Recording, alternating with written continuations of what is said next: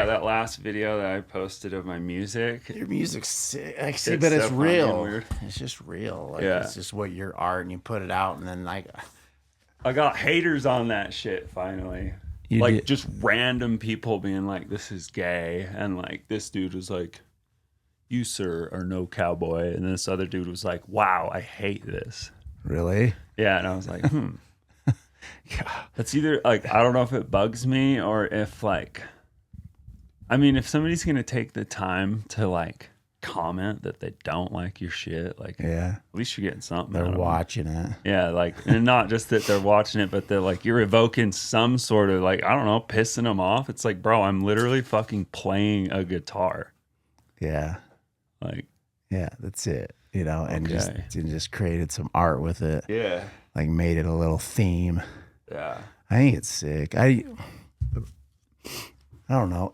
I think it's gonna go to more like the more authentic things are, because now, you know, I was watching on Joe, they were talking about how like almost 50% of the stuff on the internet, the follower and all that are bots. Like yeah, it's getting to the point where like there's just nothing gonna be authentic. Dude, You're not gonna it's- be able to tell if it's AI. Another interesting thing I heard was how pretty soon there's like like Hollywood and actors is going out dude. because they're just Yeah. going to make like AI. And if you notice that movies are kind of going out, Yeah, in general, like in general, Yeah. like that's sad, bro. it is sad, dude. It's taken over a lot of like art, bro. There's gonna be a lot of lost arts because of AI, I think. Yeah. And like, like you've seen like car commercials or like Yeah. dude, like new car commercials, most of them are just like fully AI. Like they don't got to hire a driver, they don't got to whatever. So it's like, yeah, they might as well make a whole fucking movie. You know, That's crazy, bro. that's a trip. But I think it's gonna. It has to go to just because people will just be like, I think the stuff that'll really get watched is going to be the stuff that's crazy authentic, because Yeah, that's not hopefully. going to be ordinary. yeah, right. You know what I'm saying? Yeah. People are like, oh, this is real. Hopefully, I mean, Yeah. or where does it all go? I mean, I don't know. how do people get anything out or do anything? Yeah, I don't know. The platform of social media is a trip, and like what it's doing to people's attention spans is a trip too. And Yeah. it's like it's gonna happen to music too. Like they're training AI to make music at this point for sure. You think it's going to be like, yeah. You know, the thing I love about rap, the Yeah, reason why I like rap is because those dudes are, for the most part, songwriters. yeah, Like they write, like, you know, I mean, everyone wonders why I like Eminem so much. It's not so much, it's that he writes it's him. yeah. He is writing that. Dude, it's nuts. And, you know, Nashville, I don't know. I don't know if this is true, but I would maybe bring it up with you because you probably know. You hear these new albums come out, like the Morgan Wallen. I love his new album. It's sick. Everyone loves it. But like, did he write all those, you think? I don't know. I actually haven't heard it. So I Yeah, don't you're know. not. Is he a rapper Morgan or Wallen? is he a country guy? He's a country guy. You don't know him. Uh-uh. Yeah. So you don't listen to that. No, He's like the biggest artist on the planet right now. really. Yeah. Well, like country. Yeah, But the way everybody just writes their songs and then they pick, oh, that's a good one. I'll sing on that. Like, to me, that kind of is yeah. hard on me to, like, I let that sour my taste for it. You probably should, man. I mean, You know what I mean? I don't know, dude, because there's something to respect about the creative process. Like that's what got big artists there in the first place. Yeah. You know, and nowadays it's like same with anything, it's just regurgitated. Yeah. It's the same thing, regurgitated. They're gonna try and put their little twist on it. There's Yeah. some terrible music coming out, dude. Yeah. You know the two worst kinds of music that I have heard lately that like fill me with so much cringe that I like can't even bear it is like when new country tries to rap Yeah. and then I heard some like metal reggae mixes, and I'm like, really? bro, like you're just doing it to do it. It's so corny. You're just doing So it to do it, corny. try to be different. Yeah. That's what's interesting. So remember when the song "Smells Like Teen Spirit" came out? Yeah. I mean, I was probably like 2. Oh yeah, you're But young. I remember. I forget that you're Yeah. younger than me, Yeah. bro. Like, so that song came out when I was in. You know what song? Nirvana. Oh, yeah. Oh, yeah. For sure. Yep. That one. Mm-hmm. Yeah, and so that song came out, bro. I remember when I heard it. I heard it with my cousin, and I was like, because before that song came out, it was just the hair bands. Yeah. It was like Yeah. Guns N' Roses, Def Leppard, Yeah. which was sick. Yeah. But I remember hearing that song and seeing the video on MTV. Yeah. Bro, it like changed everything like that. That's so sick. Like the whole style changed. Yeah. The flannels started coming in. True grunge. Like just grunge, that Yeah. Seattle scene, kind of with that Sick. music, and Yeah. and it was, and I remember that album. That album changed everything. I mean, I guess where I'm going is I don't think that can happen today. I know. Like, I don't think there's an album that can come out and just like change, because it's so. Is it so watered down, or what is there so much out there? Yeah. I mean, Like, what is it? Why did that album change so much? But I don't think there can be an album that comes out nowadays where it just completely changes the style of the entire country. Yeah, I think you're right, dude. I think that time and place is coming past for real. Yeah. Like, I don't know, at least on a mainstream level. Like Yeah. if you're a Yeah. Okay. like if you're a real like deep music listener, you know, like there's artists that can change your life, but it's not from like it's never been done standpoint. Yeah. I mean, some of it is, I guess, but the shit that the people that are really pushing the envelope musically, they're not mainstream. Just not mainstream. Really? Oh yeah, dude, big time. Like mainstream music is just commercialized, dude. They're all just doing it to make money and sell shit. You know? Yeah. So there's some good. Like, I haven't gotten into the what you're talking about, kind of the underground sound, or Yeah. because it's just like, God, there's just so much out there. When I was a kid, you had to wait for the song to come onto the radio. That Nirvana song came onto the radio, and you're like, and it meant something so much, because it was like the only time you're gonna hear it. Yeah. I didn't have Yeah. I didn't have my phone to pull out and say, I'll listen to that again. Like, Yeah. you had to wait till the next time you heard it on the radio, Exactly, or dude. go into Graywell Uh-huh. and buy the CD, and Yeah. and then you knew what song was number 12. Yeah. Number 6 on the Yeah. CD. You know what I'm saying? Yep. Like, I'm super glad I got a little bit of that at least. Yeah. I was part of that a little bit. Yeah, with you know, CDs. in the real early 2000s, like Yeah. getting into music and like, yeah. Yeah, early 2000s it still hung on to it for a while, Yeah. because even then I was burning CDs. Yeah. Like when you could make a playlist and burn a CD. Yeah, I did that That too. started happening. Yeah, I was doing that too. And then the CDs went away, and it went right onto your phone. And it's not that it's a bad thing. Like, I'm thankful. Like, Lil Wayne just dropped. Like, music can come right now, and it's incredible. I just can't tell if it means as much. Yeah, I think that it's like the overload of information is kind of just pressing people to either be very attentive about their experience with certain things and knowing what they like, or it's just making it way harder for anybody to even decide what's cool, because they just accept whatever's thrown in their face. Yeah. You know? What do you think about like drug use in artists? So you had like the 70s or the 60s and 70s. Mm-hmm. The drug use seemed to be like psychedelic influence. Remember, it was like the hippies were coming out with the vibe of the hippies, and it was weed, and seemed like, I don't know, when that type of music came in and then like the 80s rolled in, it seemed like, this is just me rambling. Yeah, But no. the 80s seemed like it was cocaine. Like Yeah, for sure. all of a sudden, it was for sure. all of a sudden, like Yeah. it kind of got that disco sound and then the hair bands and partying and Just partying. Just, yeah. And then you had like Kurt Cobain where he was obviously heroin. Yeah. Bro, have you ever studied him?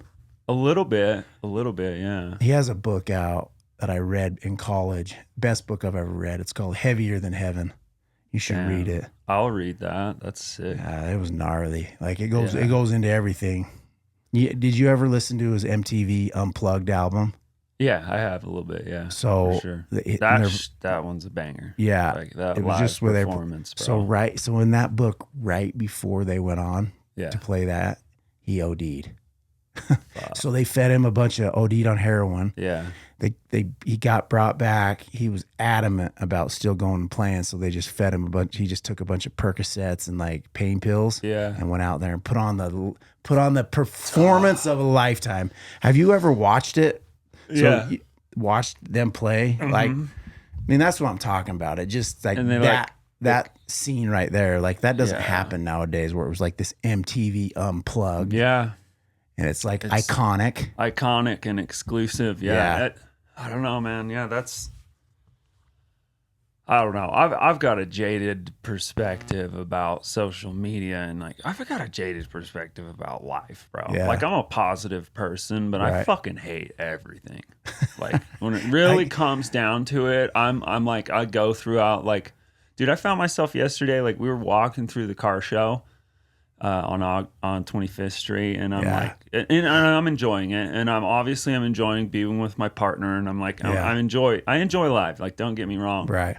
but like, I got this weird perspective in my head about sobriety too, and I was just like walking past all these people that are just like fucking drunk and just drinking, and I'm like, wow, like 80% of these people are like alcoholics, and it popped into my head what you always say about living the high adventure life is truly being like sober. Yeah. And I was like, I'm sober because I have to be. Yeah. Because if not, number one, I would die. Yeah. And number two, like I don't want to pull a Rick and say I'm mad at God, but it's like, I've got too much grit in me to like go out like that. Yeah. And I'm like, I'm fucking walking around out here like suffering through the gnarliest period of time in human existence with technology, and like the contrast between how intelligent we are and how absolutely stupid we are. Yeah. And I'm like threading the needle, dude, through like my own spiritual life and like my own perception of things. And it's like, dude, like, I don't know. It's rough, kind of. So did you go dark was it a hard day?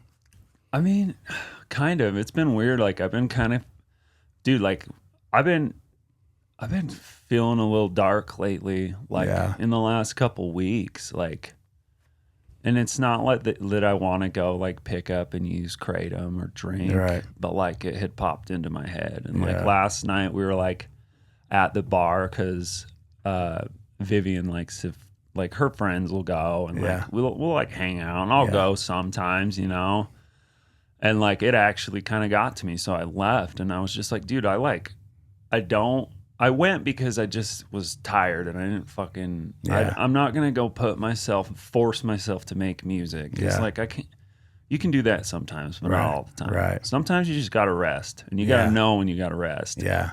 But like I was there, and like everybody's drinking, and I like drank a NA, you know, which is no big deal to me. It's like nothing new. It's like whatever. Oh, like a non-alcoholic. Yeah. Like, they're all right, whatever. Yeah.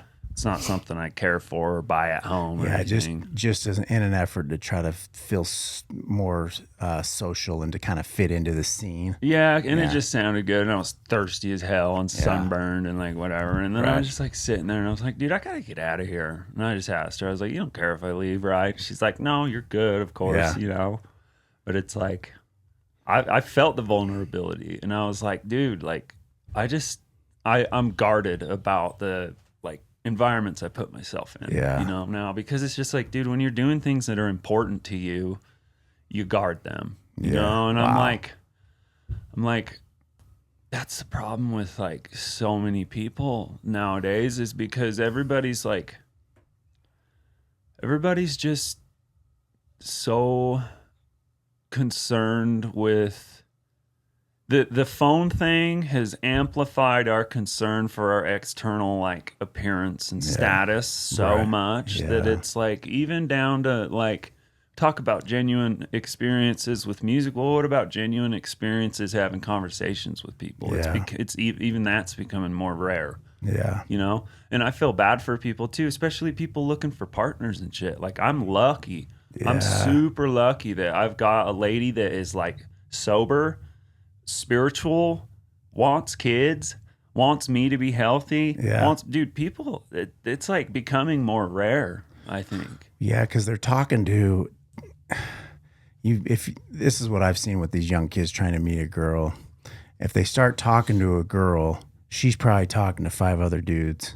Also, like nothing.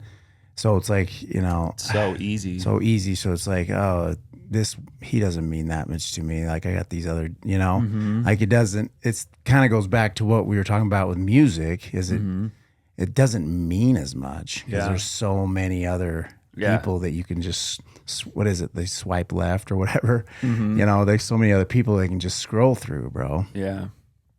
But I know what you're talking about because,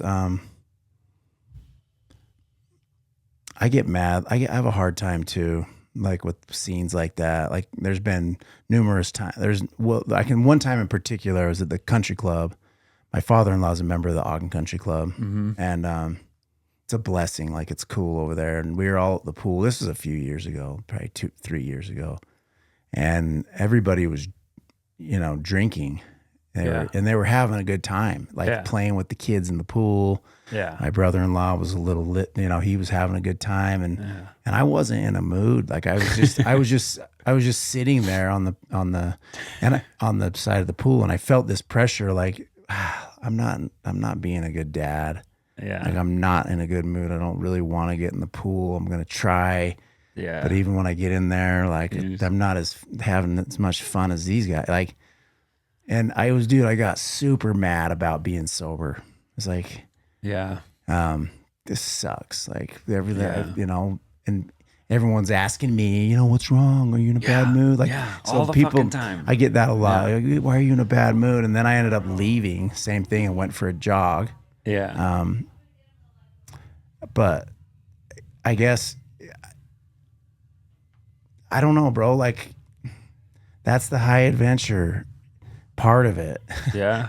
Like that's where what I'm talking about with the high adventure. The guy that I got this high adventure experience stuff from, his name's Neil A. Maxwell. He's an old apostle in the church. He died back in like early 2000s of cancer. He's a guy that's really taught me about Christ. He writes all these little books, or like he has like 20 or so of them. They're just little, but like it's like heavy. Like one paragraph, you're like you could sit there and chew on for all day. Yeah. And it's kind of that type of writing. Yeah. It's not a page turner, but he, like that's the high adventure, like what you did, where you're just like you're kind of there, you're analyzing, you're competing to stay sober, but you're bugged, and then at the same time you made the right decisions and you made your way, and you stayed true to what you need to do to be successful. Like that's it. Yeah, and I don't know. I've gotten better. Like, I mean, think how grateful you are if you would have drank, smoking cigarettes out on the 25th Street or whatever. If you would have caved to that, like you're kind of knocking down that experience of learning and that high adventure learning that you had to go through, even though you went kind of dark. And then now we get to come over here and talk about it. Yeah, hell yeah. You know what I'm saying? Yeah. So I wish I could say that gets easier. I think it does get easier. Yeah, I would imagine so, but I think it kind of comes down to like remembering why you're doing what you're doing in the first place. Cause it's like, I mean, and it's kind of just simple stuff. Yeah. The not staying sober is simple. Yeah. And how much are you really going to get out of it? And how much work are you willing to put into being sober? Yeah. and all the good opportunities and fucking how much my life's changed since I came here. Yeah. Like, how much are you going to put into that and then be willing to sacrifice that for, like, what are you getting more out of? Yeah. You know, even when it's hard. And yeah, that's the thing, dude. I've learned so much about myself.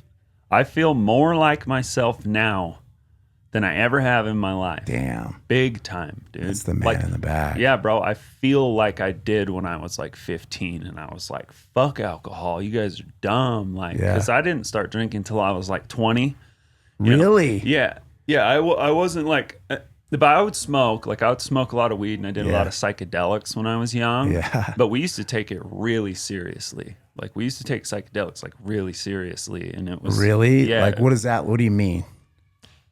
Well, like you just weren't taking them and then playing video games? Yeah, no. We would, and I want to be careful. This is something I thought about last night too. I was like, I want to be careful talking about psychedelics in particular, because if you get me going, I'll start saying dumb shit about how profound and how exceptional role they played in my life. But like, I can talk about them, but I don't want. Yeah, you don't want to glorify. I don't want to glorify them, because ultimately, it's probably like 1 in 1,000 people out there that I ever run into that I can see even have ever had a similar experience. Like, that's how rare the shit we were doing was.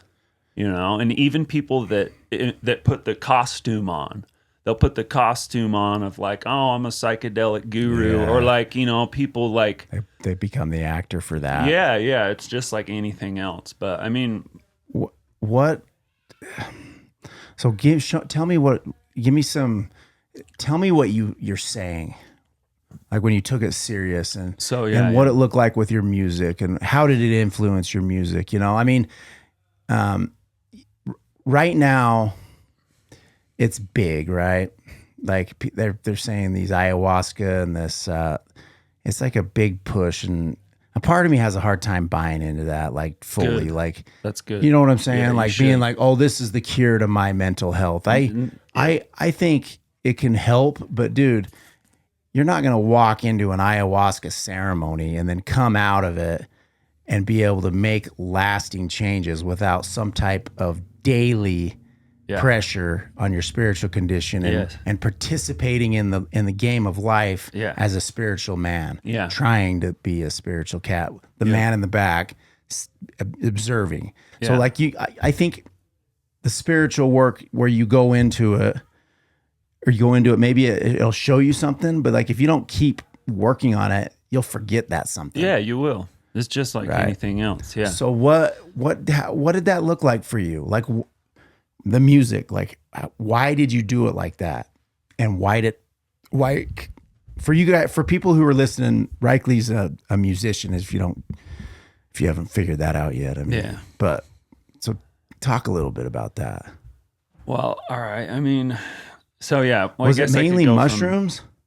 Mushrooms and acid. Yeah. Acid was like the one, you know. It was so I mean, but so I initially I had an interest in psychedelics from like a really young age. I don't know why. Yeah. I don't know if it, I wasn't really around it. I didn't know anybody that did them. I didn't it was just like, dude, I was just fascinated with the idea of like what it could do, and like not even what it could do spiritually. Like I didn't know. I was just fascinated, and like everybody had explained to me, or like my parents, you know, that like, oh, well, like you can't like have a genuine spiritual experience if you're just on a drug. And I just never looked at it like that. I was like, no, there's like more to this, you know, like that's as real as anything else. Yeah. Like, it is, you know. And so like I had an interest, like, dude, I was like 15 years old on Arrowid.com, like researching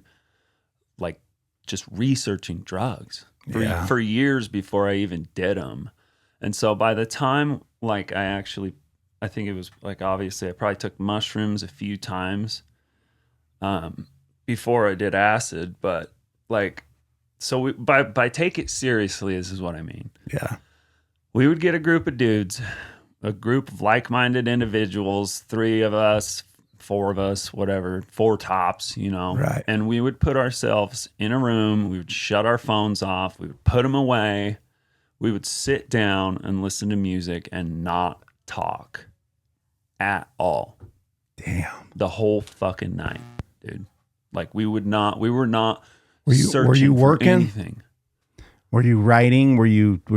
Did you have a journal in any of that? No, not in those moments. No. Right. Those moments were pure transmission, dude. Like it was like you became an open vessel, and that's what it. Psychedelics taught me how to meditate because they were a tool to knowing if I was doing it right or not, basically, because the way they work is like active in your brain, and it's just like a reflection of your thoughts, basically. Right. And if you can, and that's what's funny, it's the whole concept of meditation and the man in the back. Right. If you can become the man in the back and you have a tool loaded into your like psyche at that moment, like it presents itself visually, it presents itself in sound, it presents itself in all of your senses, and you can use it to go deeper in, and there is no end to like how deep you can go. And damn, it's that's the thing, is it's not something that's like subjective that I can even talk about. It's not really a subjective experience. But at the end of the day, like you're gonna just be the same person, and you're gonna take an experience that you almost can't really like remember exactly, and it fades away from you, like that Bob Dylan song, like Mr. Tambourine Man, right.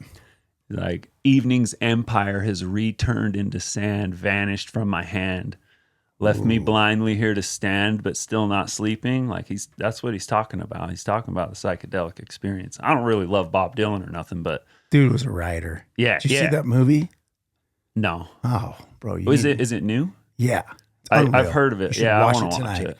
All right. Timothy, it's unreal. I can't believe I just said that. I sound like a fucking... I get so worried, dude. I sound like a burnout when I talk about this shit. No. That was... all quoting Bob Dylan for real. Bro, that was sick. Like, well, I mean, so the psychedelics give you a glimpse into the man in the back. Is that what you're saying? Yeah. Of what it would feel like to be the man in the back, where with the separation from thought. Yeah. Yeah. You're back here and you're seeing it all, and now you're separated. You're not attached to all these thoughts. Yeah. And now you're just kind of sitting back observing them. Yeah. And realizing that you create your own suffering if you choose to attach to all these thoughts. 100%. Yeah. See, you're getting it. You're getting it. Yeah. I mean, I'm getting this just. This is why I love this conversation, and I hope people don't think that this is the way. Is just like it's not. To go get you won't figure it out. But take it from me. Just yeah, but there's something to be said about learning that and then taking that awareness.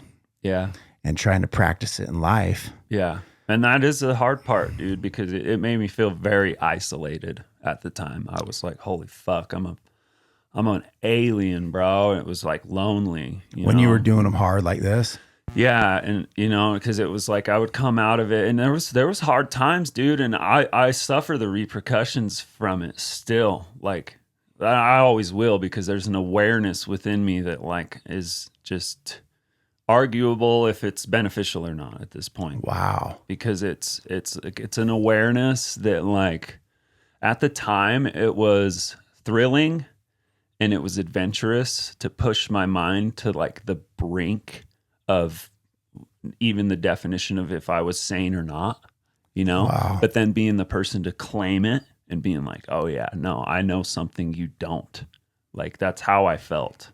That's how they made me feel. But it was like, there was like really, really hard moments, bro. There's been gnarly shit that's happened on those things. Like I could tell you stories that And same with my lady Vivian, bro. She's got gnarly stories about psychedelics and the shit that you can do to people and the shit that people can try to do to you and how powerful they are and how you could fucking dig right into somebody's brain and fucking make them do dumb shit if you want.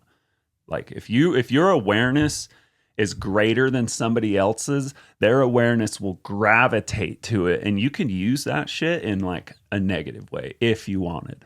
That's some like Charles Manson shit. Straight up. Really? Yeah. Wow. Yeah. And that's like, that awareness. That's how you like, how real it is, dude.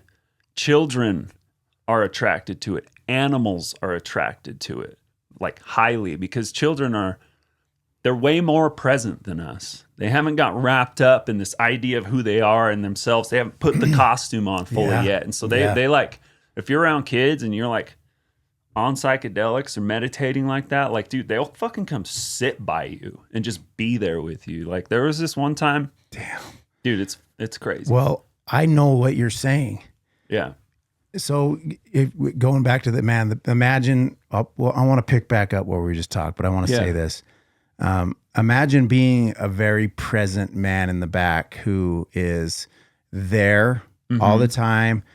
Which, if you're present like that and you're separated from thoughts and you're the observer, you become a meek and quiet, reserved person and kind in your mind. That alone attracts people. Yeah, exactly. You know what I'm saying? Like, yep. And what you just said, I want to point out that everything I'm talking about is something that if you're taking the experiences that I'm talking about that I had and you're applying them to your life correctly, you can do this without drugs, obviously. Otherwise, what would be the point? You know? Well, yeah, because you can't, like you said, you can't hold on to it. No, you can't. And that's part of it. That awareness is wild. Yeah. And so like, I used them to give myself what I needed at the time was an edge to define who I wanted to be through very powerful experiences that shaped who I am to this day. Yeah.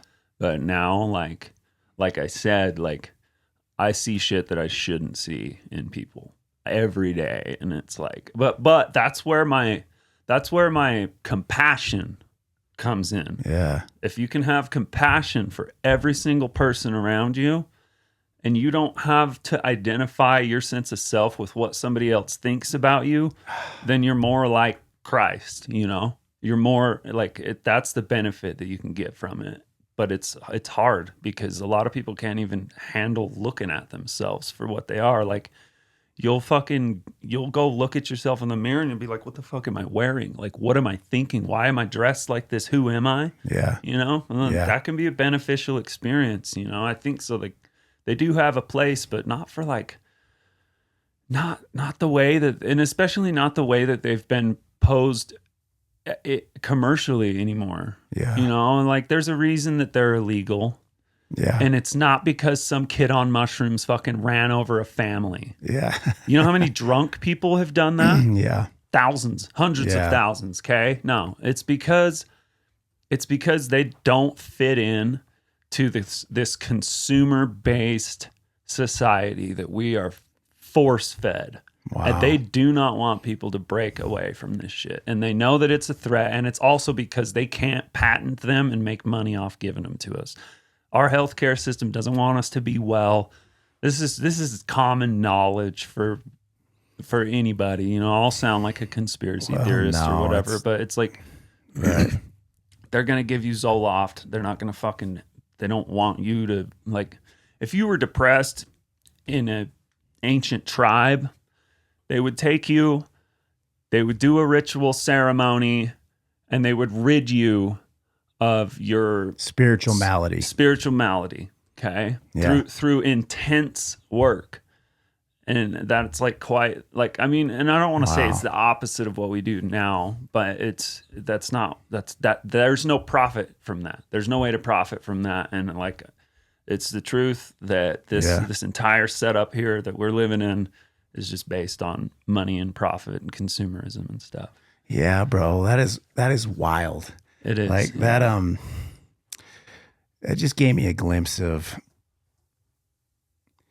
This is motivating me.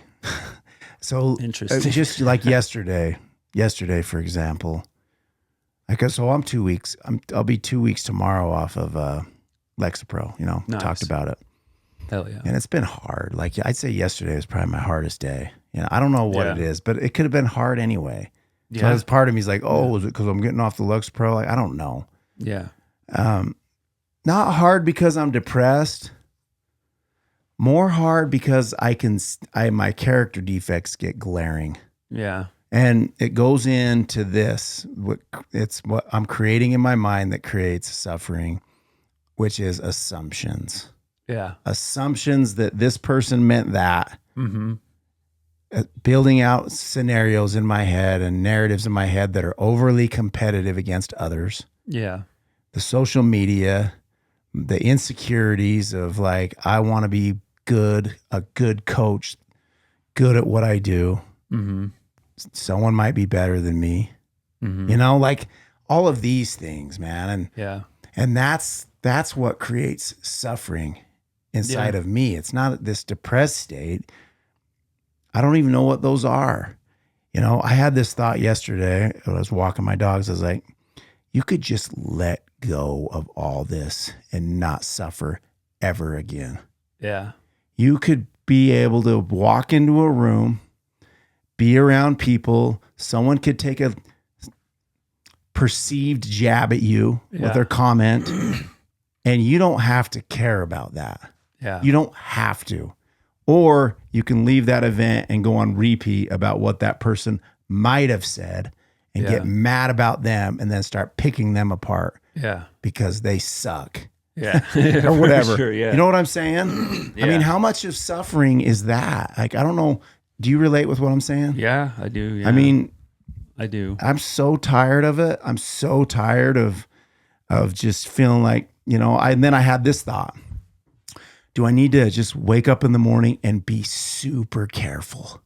Yeah, I know About what you mean. About what I choose. Because my personality, I mean, you know me, I say things.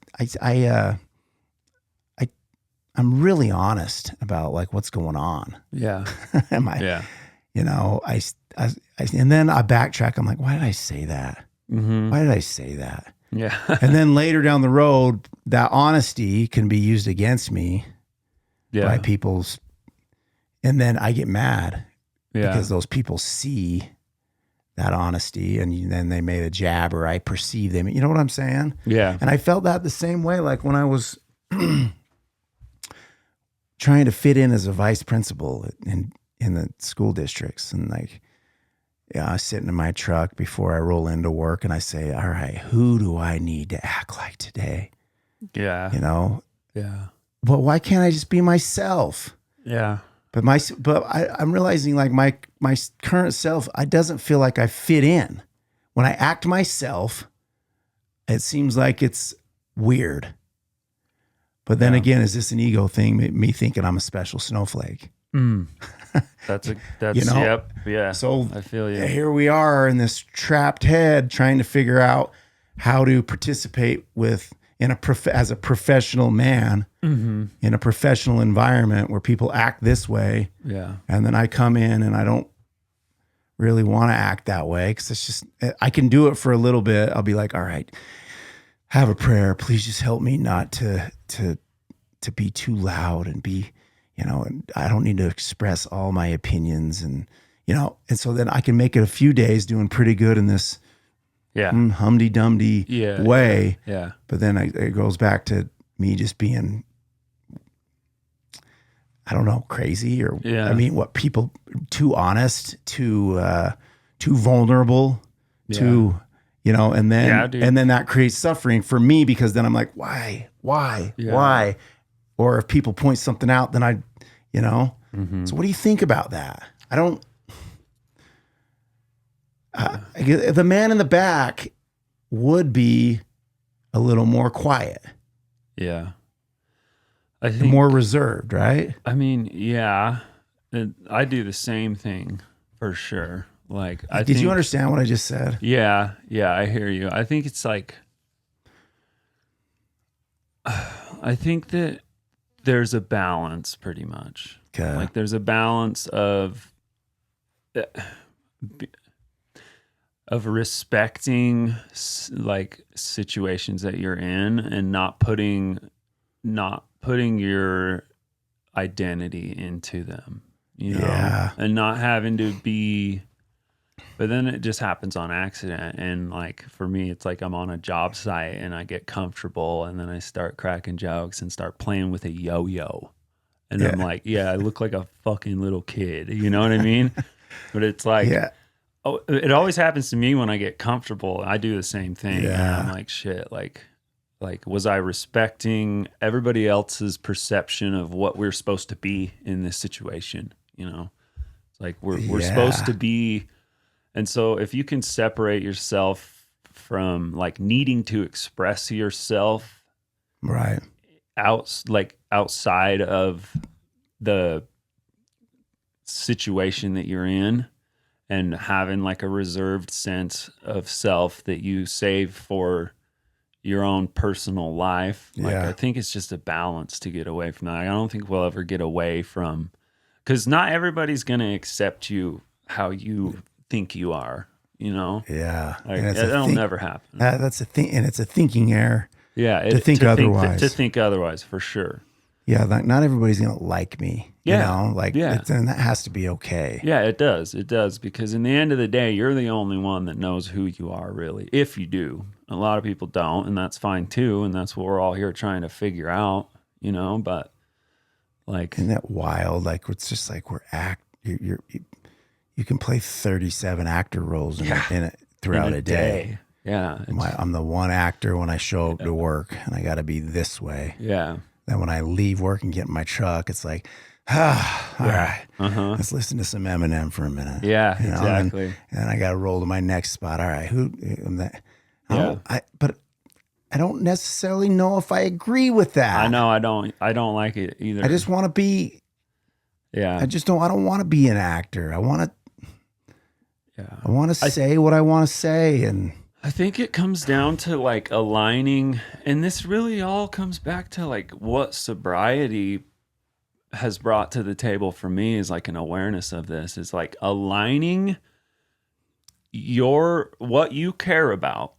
And so it's like, okay, yesterday I said some out of pocket shit and it bugged me when I got home. So that is a part of me. There is a part of me that cares to be that actor. You know what I mean? And so it's like, if you can embrace that and play the role, but not feel like that's who you have to be. It's literally we're just doing that. Like we are actors. This whole thing is an act. Like everything is, you know, except for the genuine compassion and love. Like love and compassion are more powerful than hate and anything else. Hate and false sense of self and all of that shit dissolves in front of like true love and compassion. And like I think that's what what we should be here to do, is like love each other and love ourselves and not get lost in being frustrated that we have to make money, pretty much. Yeah. Or I don't know if that makes sense. Yeah, no, but. it was great. Thank you. I want to be the best at what I do. And that's one thing that gets me in trouble. Because especially like with coaching and my ideas around the barbell and the weight room and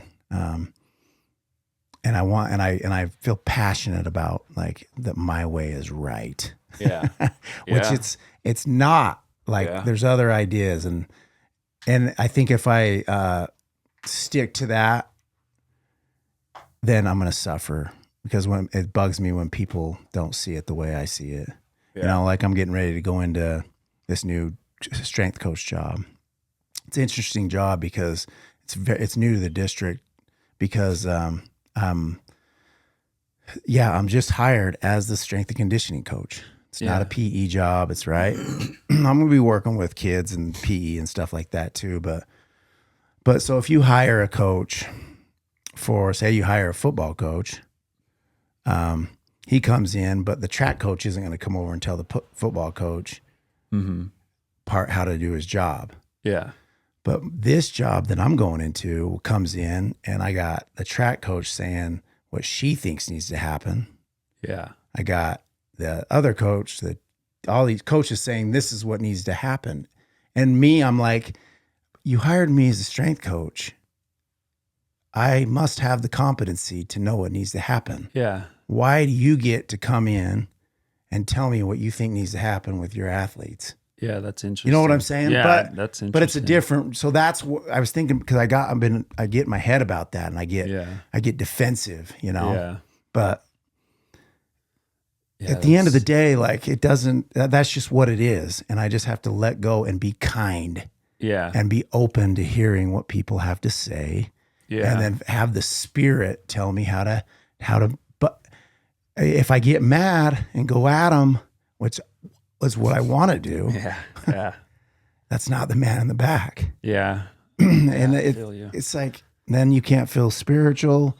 And then if I have the outburst and I create conflict between these coaches, then I got to go home and think about it. Yeah. And then, you know, yeah. And this is just an example, Yeah. but all of that, I would say my suffering is linked to situations like that. Yeah. All the time. Yeah, that makes sense. And I'm tired of it, bro. Yeah.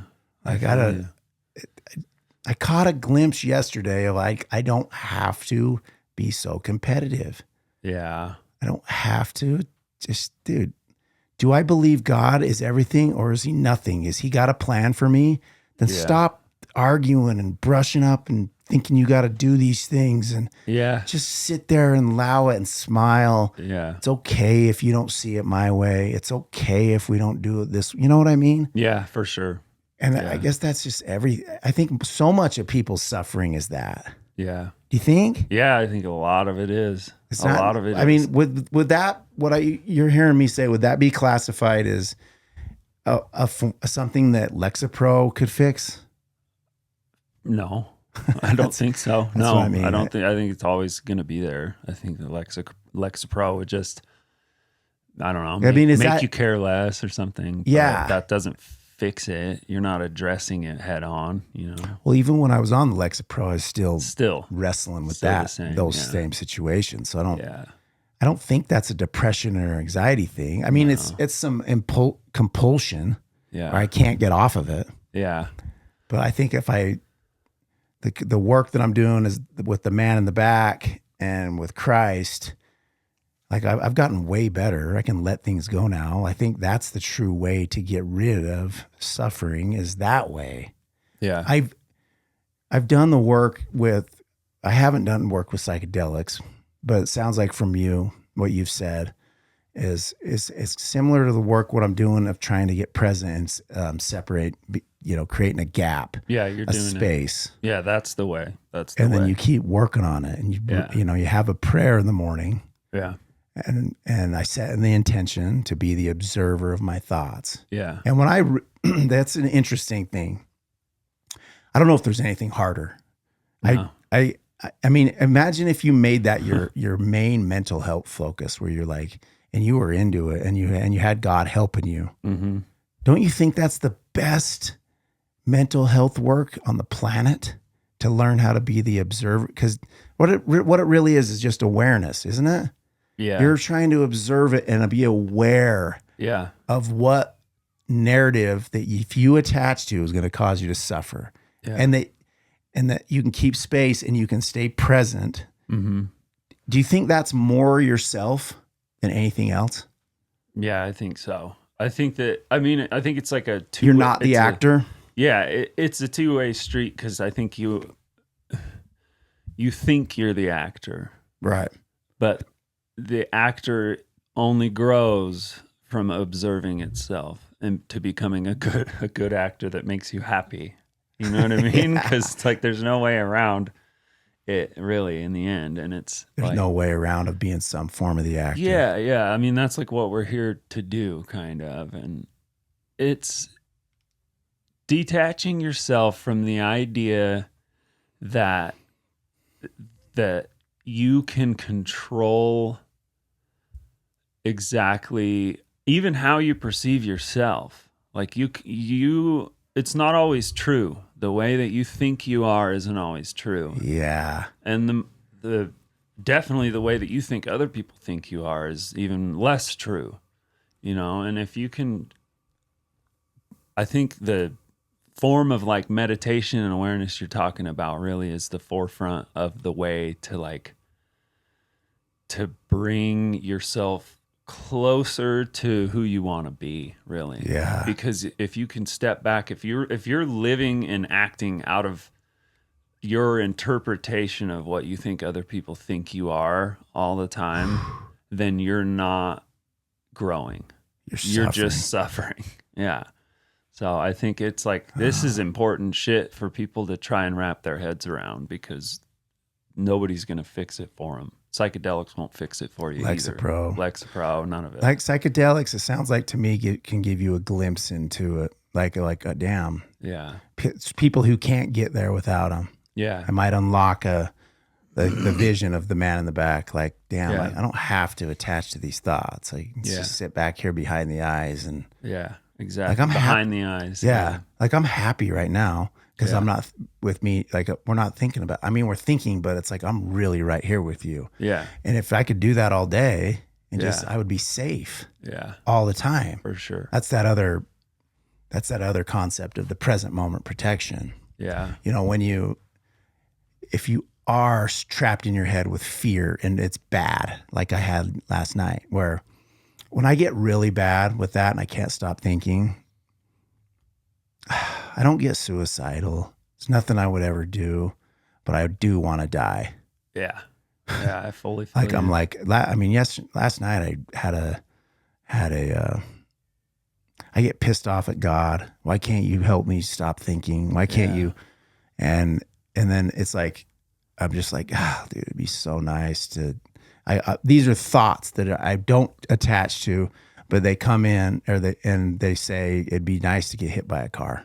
Yeah. Or say like that. I kind of go that route. Yeah, dude. You know what I mean? Where you're just really, and that's not a suicidal thing. I don't want anybody to think that, because I'm not close to that at all. But that's the type of suffering that running on the unobserved mind happens to you when you aren't observing, at least for me, and I'm running on the unobserved mind when I'm not, and I'm like what you said, where I'm in every narrative and this person's thinking this and I need to do more and I need to do less. And dude, I'm just pulled into about 37 different actors. Yep. For sure. And it's all in my head. Yeah, it is. It's crazy. It's crazy. And that every time I come to that realization, I go back to like, well, how much of that person's perception is based on what I actually think of myself? And I'm like, well, like, how did that situation actually go? And how much does my perception of that situation create the reality that I have of it? And like, if I'm going to sit here and tell myself that it's one way, then I'm going to act upon it and further dig that hole into like, I fucked this up or whatever. But it's like, well, I think a lot of it is, it's got to be at least equal 50-50 in a situation with one person, to where your true perception of yourself, they don't have that. They're kind of making their assumptions and guesses on it. But the way that you act about a certain situation is either going to reinforce what you do or don't want out of the situation. And that all comes back to like really being present and being able to not let the thoughts control your emotions and actions. Yeah. Almost to like a point where, I don't know, because I mean, there's nothing you can do about somebody thinking you're a dumbass, but like, if you think about your thought when you think someone's a dumbass, like how much, like, do you really know that? Like, or are you just looking at one little situation, I mean, and then repetitive things happen and you can accurately declare somebody's a fucking dumbass for sure. Yeah. But like, that's probably because they're not being aware and they don't care. you know? Yeah. Like if you're being aware and you care and you're putting in intention and work into like trying to understand somebody else's perception of you, then I feel like I at least feel like I have more control over those types of situations in myself if I don't let myself feed on it. If I don't let myself try and talk my way out of something, you know, to somebody else and like justify or like explain my perception of myself to them. Because it's like really like you're not going to change what they think, but what they think might change if you move past that and just keep trying to show your true colors in a positive way. You know, I don't know. Yeah. It's kind of a trip. That's good, dude. I don't know, bro. No, like this is hard. It's hard. It's a hard topic to talk about. And I know like I'll probably listen back to this and I'll probably hear myself contradict myself 50 times. No. I'll probably sound bipolar. I'll probably sound like I don't make a lot of sense, but it's no, it's a hard. I think what we're talking about is like it really is the root of suffering and ego. yeah. I mean, that ego death we talked about last week, like trying to just be able to let things pass through you. Yeah. Let it pass through you instead of getting stuck in you. Yeah. You know, Exactly. like, oh, there it is. Like the thought that came into my head when you were talking was like, you're going to see the thought, you're going to see the thing that irritated you or the thing you want to get mad about or the thing you want to replay about. But instead, you just see it and then you just make the choice to not keep going on that. It's going to be there. It'll probably be hanging out throughout the rest of the day, trying to force its way in through the back door, some other angle. Yeah. But like you are aware that it's there and that I'm not choosing to take that on today. Yeah. Because it's going to cause me to suffer if I do. And it's pointless. It is. I mean, sometimes I'm like, I have thought about nothing but pointless things today. Yeah. That's brutal. Yeah. Yeah, that sucks. Like, what is it? What is the reason behind doing this? And I mean, behind all of it, I think the reason is because you want to be a better person. Yeah. You know, and I think it comes down to like how you interpret your perception of yourself. Like, yes, you need to observe if you bug somebody, and it is important tomorrow to go into the same situation and make that little change to not bug them, you know, because they owe you money or like whatever, you know what I mean? Right. Or because you care about them or whatever the hell it is. But like that isn't the ultimate definition of like who you are as a person. The ultimate definition of who you are as a person is how you can navigate all this shit, but not attach to it at the same time. Yeah. Like, what do you think about saying sorry? Well, I used to say it way too much, you know. I'll say sorry for things that the person doesn't even know is going on, but I felt it and I was aware that there was some friction. Yeah. And that I wasn't good. Yeah. But then when I go up and say, hey, bro, they're like, they don't even recognize that there was anything. Yeah. I mean, I don't think there's anything wrong with that, really. Like, there's nothing wrong with saying sorry. But I think it's something that you could learn from in those situations when it's just like, well, if they say that like they didn't even notice it, they could be lying too. Yeah. You know, but still, like if they genuinely mean that, then it's like, oh, well, then they're giving you compassion back, you know? Yeah. That you can be like, oh, well, okay. Now I'm like a little more comfortable that I know lighter. I didn't upset them. And now I can kind of look into why I thought that I did. Yeah. You know? So, I mean, I used to say I'm sorry like way too much. And like, just like it comes to a point where it's like, and like you could say sorry for something fucked up that you did. Yeah. But like just being like overly apologetic, I think is just a reflection of like insecurity, you know? Yeah, there it is. It's the insecurity thing. Yeah. Um, yeah, I don't know. I find myself saying sorry a lot. Well, and I think it comes with awareness. We've been involved in this process of trying to stay sober, Yeah. and that's hard. Yeah. It's hard. Yeah. It's hard to It stay is hard. sober, driving by those things every day, I know. and then you're And like, fucking looking at them when you go up to buy your drink and just like, yeah, there's shit's there everywhere. they are, yeah, It's so whack. and then you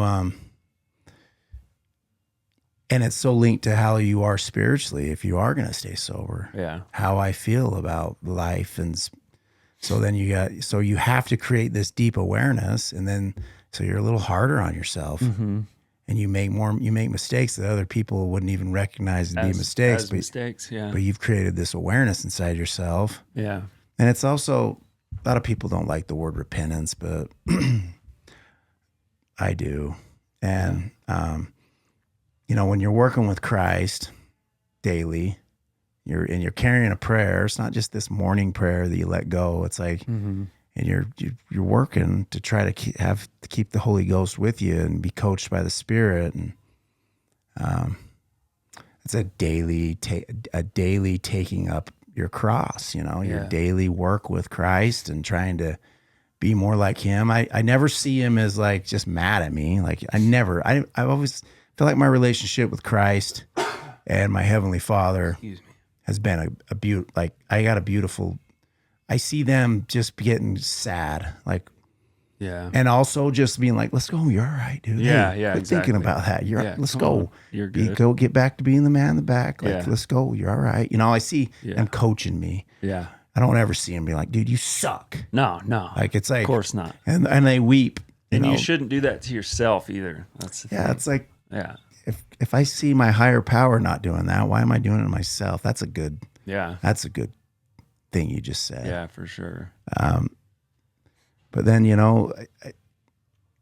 I see them weeping. I see them like sad when I'm like last night when I was way trapped and mad. And I see them just being like, dude, you're all right. And just tears in their eyes. You know what I mean? Yeah. Like, it's okay. Yeah. Man. I think rest is very important. I think that we're all expected like a little bit too much. We all expect a little bit too much of ourselves. And that's something I've been learning lately. Yeah. Is like when to just lay down and just be like, you know what? Like, I don't have to figure this out right now. Yeah. And like, I feel like that's grace, and that like, that's something that Christ that's part of like the teachings of a Christ is like grace and knowing when to rest. That's like part of the Sabbath and everything. Like it's a ritual of like giving it your all, but then not letting yourself think that like you didn't do enough and that you've got to rejuvenate to give it a better shot. And it's always going to be like that till we die, Like I've gotten to the point where I've tried so hard during the week that I'll just start fucking shit up if I keep trying. And then I end up in a reflective state of like, you know what? I did my best and I did okay. And now I'm like, I'm going to rest so that I can do better next week. And that's like become way important to me. Like rest has become, and not sleep. Yeah. Not just sleep, because like sleeping, and I hate sleeping. Like I hate that I love sleeping. It's a waste of fucking time. Right. But like intentional rest and knowing when you just can't, can't answer the phone. I can't go try and make music. Like nothing good's going to happen. I need to lay here and watch South Park. You know what I mean? And like, that's fine. Yeah, I think bro, that is you got to so give good. yourself grace, and then like, cause if you're not giving yourself grace, then you're not giving it to anybody else either. Yeah. Like, you got to be able to recharge your battery to do all of this because the world expects so much of us, and if you burn yourself out, then you're never going to be 100% anywhere. And it's hard giving 100% to every single thing that you do. It really is. It's overwhelming, and to judge yourself constantly based on every little interaction you have is just I don't think you're ever going to be happy with it, and that's a good thing. because we're here to progress. You know, we're here to progress, but not suffer, and not progress because we're like, not progress in a way that causes us to suffer either. Yeah. Like there's a spiritual progression, and then there's the costume progression of like, oh, I've got a new house, I've got my job's cool, like all of these things. Like everything matters to a certain degree, but everything has to be balanced. Life is balance, and everything in life is seeking balance. Like hot water will become cool, cold water will become lukewarm. Yeah. Like we're made of water, our thoughts are made of water and electricity. Like everything is just looking for a balance. And like the quicker we can all accept that, the less we'll expect of ourselves and the more we'll get out of ourselves, honestly. Wow, man. Like, that was beautiful. I don't know. You right? Do I write? Yeah. No, not really. I just kind of work and sit in my head like you. Yeah. I know you write though. I think writing would help, like dumping your thoughts out like that. That's good. Yeah, it would help. I probably should, because I don't think I'm very articulate, even with my words. Doesn't matter though. You just, you are. You're very like good with your words. Oh, well, that's good to hear, because I feel like I either nail it on the head or I just totally get lost in translation. And there's just like emotion behind words that aren't really like hitting anything, you know? Yeah. But I like what you said though, rest. You brought that up a couple times since just this morning. And I heard it when we were down there. Yeah. I think that's big.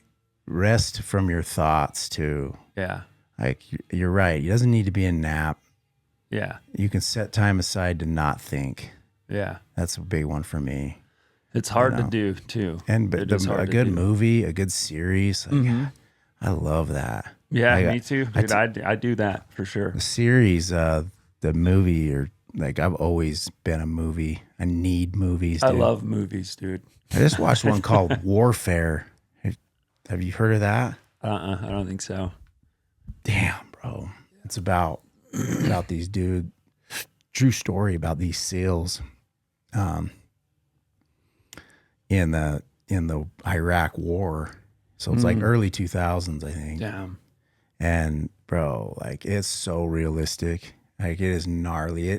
There's really no story other than these dudes are in this house and they get a bomb goes off, and it for a half hour, 45 minutes, it shows these dudes just zinging. And like it really showed like what happens to people when it's loud.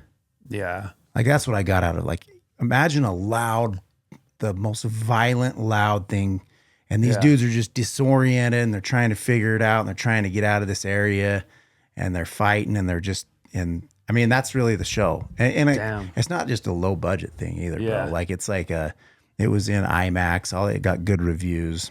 I recommend it. Oh yeah, that's sick.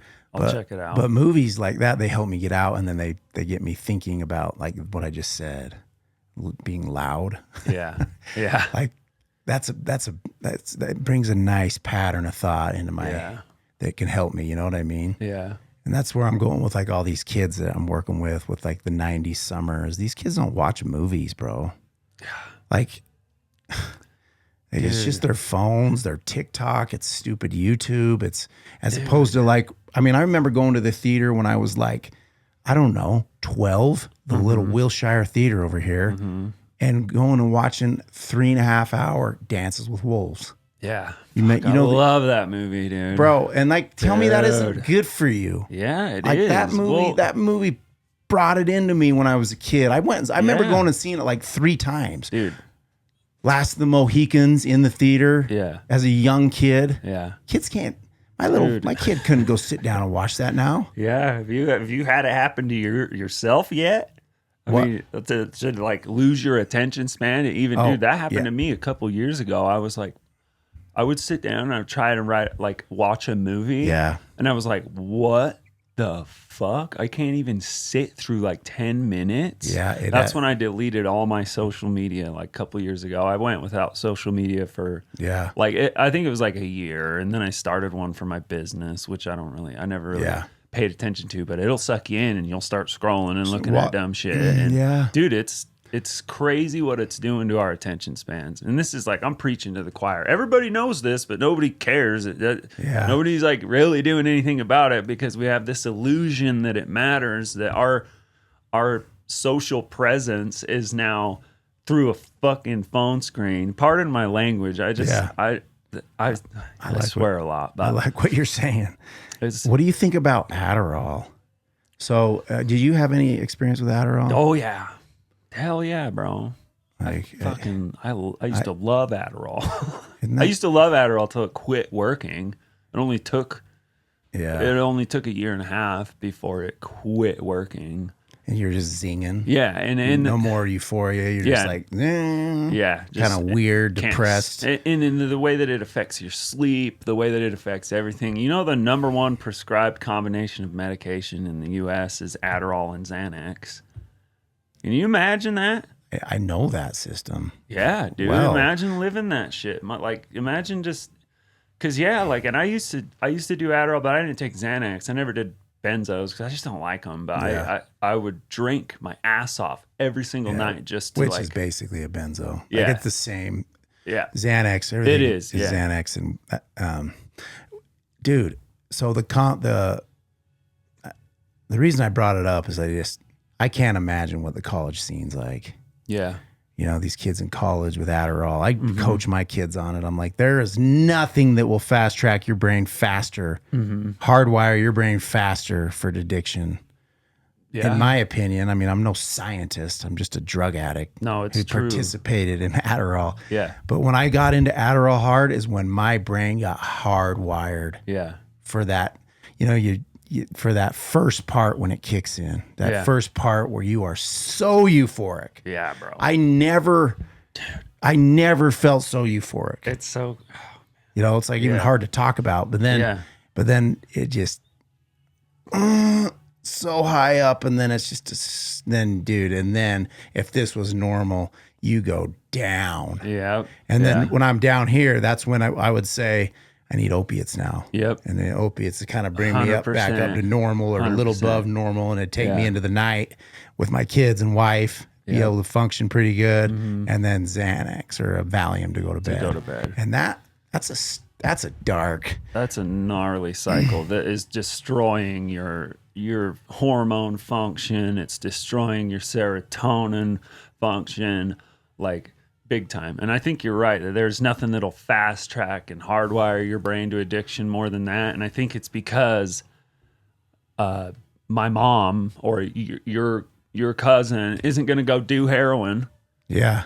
But they're definitely going to do Adderall. Yeah. And they're going to be like, holy shit. And I remember when I started doing Adderall well after I had done a bunch of other drugs. Like I just used to just experiment with drugs, like period. Doing heroin, doing all this shit. And I remember when I did Adderall and I was like, holy shit, like this is dope. Like dope as in this is dope that you would buy on the street. Like these are heavy drugs. And I'm like laughing to myself. Cleaner like, form of meth. Yeah. Yeah. It's cleaner. It's the exact same thing. It just has to go. It doesn't go through your blood-brain barrier. You have to process it in your digestive system, and then it turns into the exact same molecule in your brain. Wow. It's the exact same thing. But I remember tripping and being like, holy shit, like y'all don't realize that you're just as high as me. Yeah. Like you're as high as me. You're on hard drugs. And that's what's brutal about it, dude. What's scary about it is it's like you really are two different people, because when you take it in the morning, when it first kicks in, you are not the same person you're going to be 4 hours later. Yeah. And you're making promises that you can't see through. You're fucking going. You got a whiteboard out. And you're writing down shit that you ain't going to do. Yeah. It's just delusional, bro. And I mean, maybe there are people that aren't addicts like us that can fucking do whatever. Like, I mean, there are people that can do that without like letting it get out of hand. But like, still, I think the principle's the same. It doesn't matter. Well, yeah. So my sister-in-law, Charity, she's not an addict. Her and Autumn are the same. Like they're just It's amazing how they just don't get wrapped up. But Yeah. she has a sales job. She works from home. And so she's been on Adderall, and she just pulled the plug like 7 months ago. Nice. And we were talking about it the other night, and I was like, so why? What was going on? She's like, well, in the morning when I would take it, I would make all these calls and feel productive. But then in the afternoon, like I didn't want to call anyone back. I didn't want to isolate it. And then she got into this thing where she got into like making sure her emails were perfectly clean, like working on the wrong, like stuff that didn't matter. Stuff, yeah. And then remember, she'd come over here and train, and she couldn't leave the gym unless like all the kettlebells were organized perfect. Oh, God. So it gave her like this hardcore form of OCD. Yeah, dude. Oh, and then God. she was irritable and depressed at night. And she's like, she's like, I just couldn't. And she was telling me, she's like, I was like, well, how's work going? Do you feel, what do you feel like your productivity? She's like, I don't know if I'm as much productive. And then I said, actually you are, I guarantee it. Yeah. You're just doing it different. You're experiencing a little procrastination, which is normal to the sober experience. Yeah. Yeah. You're gonna procrastinate things. Yeah. I mean, but your relationships get better, and that's the most important thing. Yeah. In business or anything. When I pulled him out when I was working up at Huntsman Cancer Institute. Yeah. First 3 years up there, I was Adderall till 3 hard. I mean, I don't know, 110, 120 milligrams. Like, just kept like, and that was back when there were just those little 10s. Yeah. So you're eating like 10 of them. The 10s were the 10s were stronger. Like, I don't care what it like, because I've taken the third whatever, but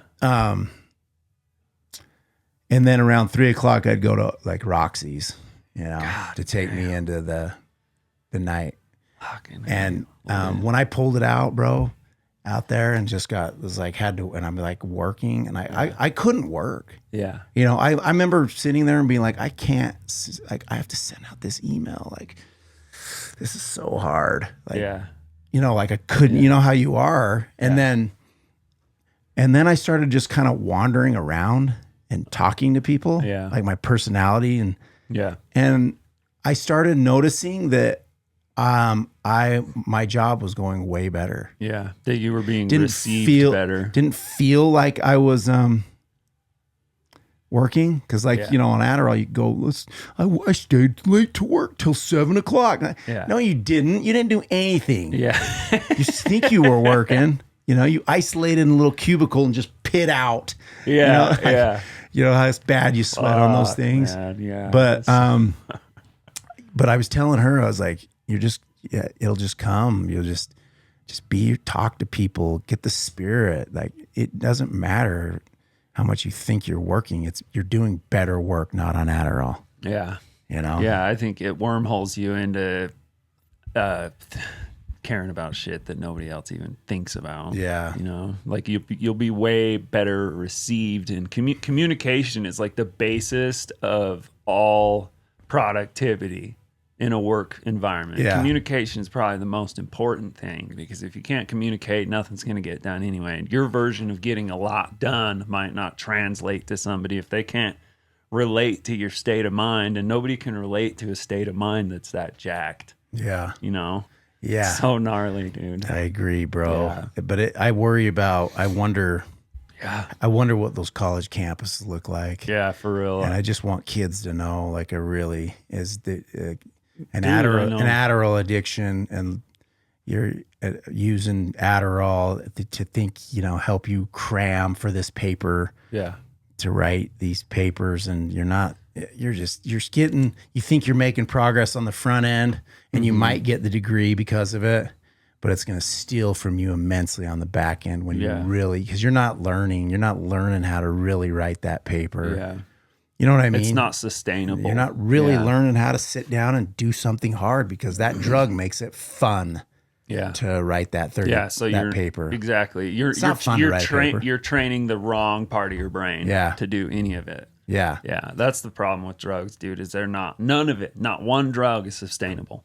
Like I've had good stints on like all drugs. Yeah. Like I remember when I really when I first got into kratom because of my injury, like I could say that there was a benefit from it because Yeah. I accepted no pain medicine except for with the initial accident. They Yeah. sent me with some Roxy's, but thank God for Vivian because she knew if I wouldn't have been with her and I would have been home with my mom or whatever, bro, I would be probably dead, bro. Like I would have sucked that shit dry and got so many pain pills because I would be on them right now. Yeah. But like, dude, she was like, she's truly an angel. Yeah. Came into my life to push me into who I'm supposed to be. Wow. But like, Kratom had a small role in that because like, dude, I like had to have some sort of pain management. Yeah. But then I just took it too far and it became unsustainable, just like everything else that's outside of yourself. The only thing that's sustainable is spiritual work, and that's why we do it. Like you can't achieve, and that's the same thing even back to psychedelics. Like you ain't, your spiritual work doesn't come from a psychedelic trip. It comes from it within, bro. Like it really does. And that's no drug, no outside force is sustainable, and they're all going to kill you. Like straight up. Bro, that what you just said pushed the thought that I should go to the temple. So I got my temple recommend, Nice. which I'm stoked about. But what you just said, man, that popped in, like I need to go into the. I don't know why I haven't gone yet. Yeah. Like when I'm dark and go in that place and do that spiritual work. Yeah. The temple's sick, like something unbelievable. If you get into it, like I don't want to say too much, but the temple, the spiritual work in there is with your ancestors, and with ancestors, you're doing work for the dead. So it's a unique form of service. Yeah, that is. You know what I mean? Yeah. What you just said made me think that was cool, bro. Yeah. Because that's what I guess the blessing of being an addict is without spirituality and bringing God into it, you are done getting high. Yeah. Yeah. But if you bring God into it and spirituality, you're not done getting high. Yeah. Right. You know? Yep. I fully get what you're And saying. I don't think you can say, I like to get high. Yeah. So, but the other way, the world's way of getting high, that doesn't work. It won't work for anybody, not just me. Eventually, they're going to suffer. The devil. What do you think about this? This is going into the devil. I don't care. Let's just talk about it. Yeah. So a guy like you who's been in hiding, basically, like the devil's had you right where he wanted, right? Like this is the way I see it. He's like, yeah, dude, I don't have to worry about this dude. Now he's wrapped up in kratom.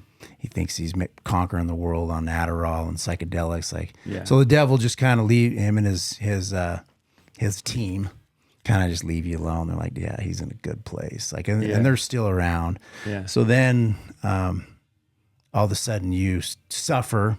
I don't think the devil wants you to suffer too much. Yeah. Because if you suffer too much, you might want to change. Yeah. So he kind of wants you to just be like complacent, just sitting there. But if you suffer too much, now you're like, I need God, or you know, I'm willing to do whatever it takes to get sober because I'm suffering that bad. You know. Yeah. So when the devil sees that person suffering so hard, I think that's when he comes back and says like, no, you know. And then when you turn it, when you admit your powerlessness, he's bringing more people back because now you're in the position to like change. Yeah. Because you've admitted you can't do this life anymore without God, and that's a dangerous spot for the devil because he knows you're going to climb out of that. Like you got a chance to take it on God as you're bringing in a higher power. Yep. To compete, you know, and so he's going to fill you with resentment, and he's going to fill you with insecurity, and he's going to fill you with anything he can to keep you complacent. And then you move into the stage you're at now, where you've got some time, you're working on a pretty important project right here. Yeah, hell yeah. You know, like where we're like having conversations like, I don't think the devil wants us having conversations like this. No. You know, I didn't really want to do this today. Yeah, I know. I could tell. I was like, well, I'm going to make him anyway. Yeah. I've been wanting to. But, it's not nothing to do with, I actually got pretty excited when it was going to be me and you. Yeah, right. But I think he doesn't want you working on projects like this. So that's when you got to be like, nope, I got to do it. Yeah. You know, sometimes I'll look at our views and be like, no, is this even worth it? Are we even, people are even watching, you know? Yeah. Well, yeah. You know, but that's not God. No, I think That's not, anytime you're trying to put out art like this and have conversations like this for people to hear, yeah.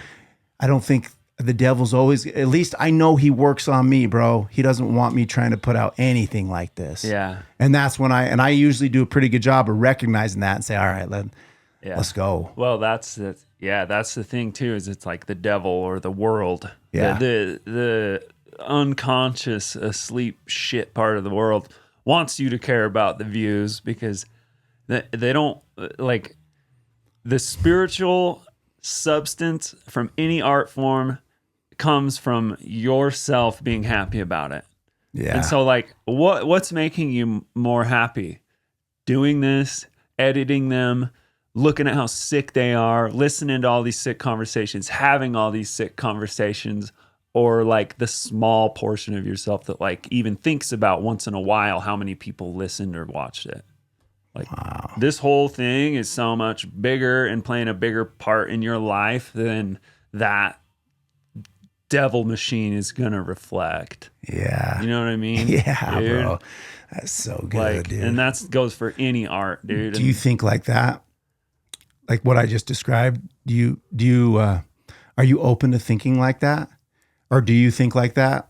So like, where I'm going is, so like last night where you're like, and you go dark, do you think, are you open to believing that like, damn, bro, like something's wanting me to get off this path? Yes, I do think like that. I do think like that big time. Yeah. I think that anytime that I'm avoidant of something that I need to do, no matter how mundane it is, I think that there's like a greater like implication or a greater force that's trying to keep me down.